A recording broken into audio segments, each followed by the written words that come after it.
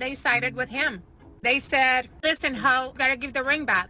Oh, this taking you out for a $400 dinner. My money is my money so that I can invest in building myself. Do 50% of marriages end in divorce because of attitudes like that? Yep. A guy should spend on a wedding ring for you. Oh, it should be like for sure 30, 40K. Yeah. We have standards here. Yeah, that's the standard. Would you have been a little upset if it was 10K? Yeah, probably. How do you come to that number? Well, I was like trying to be polite, and you know how there's the typical, what is it? It's supposed to be like 3 months of their salary. Yeah. Like did what 3 months of his was, and then I lowered it a bit and left some cushion. So I was like, this would be sufficient. What she actually meant was whatever the guy can afford and feels would be reasonable.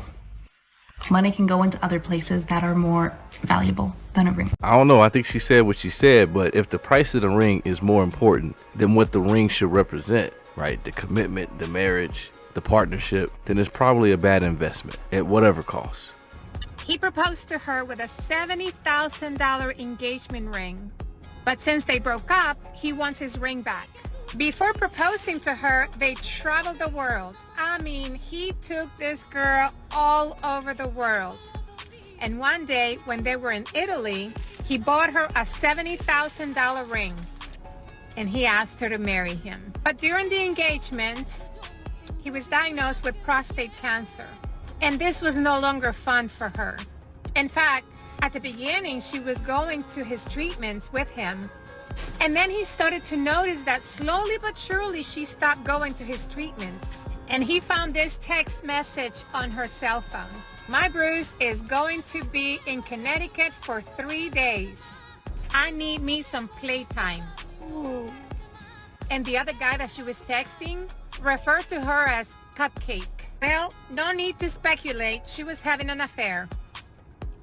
When he broke the engagement, he wanted his ring back. Since we're not going to get married anymore, I want my $70,000 ring back.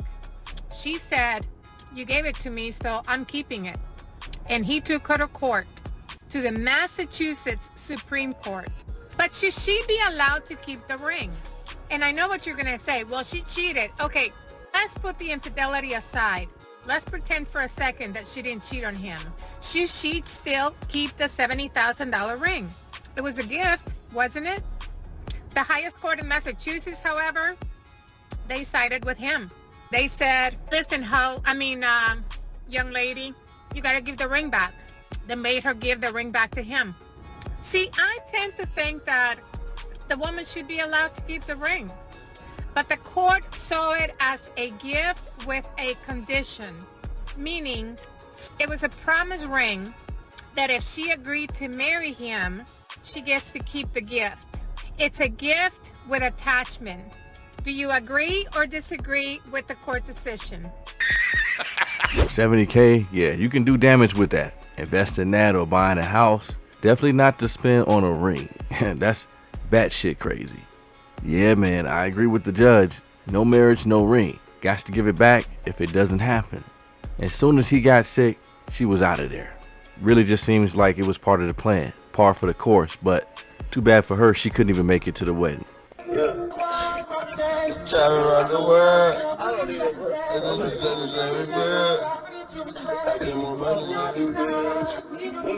Do you ever think of getting back together? You want in the video? What? Do you want in the video? What you want to do?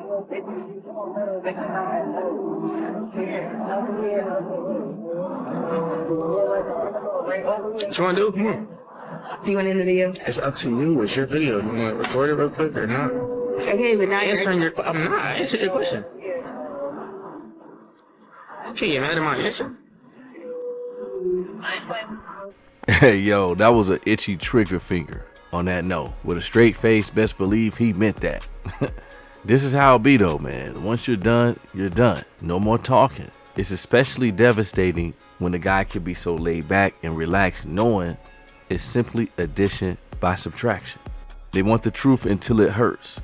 Tell me how I'm on my way home and these girls, early 20s, like 21 through 24, they're all like talking very loud. So I'm in that conversation. I'm like, And they're like, oh my God, yeah, girl, you should make him take you out to dinner. Make him spend $400. Get a $400 dinner at the very least. That's what he could do.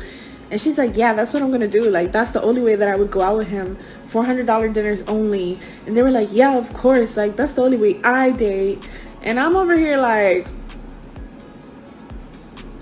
oh.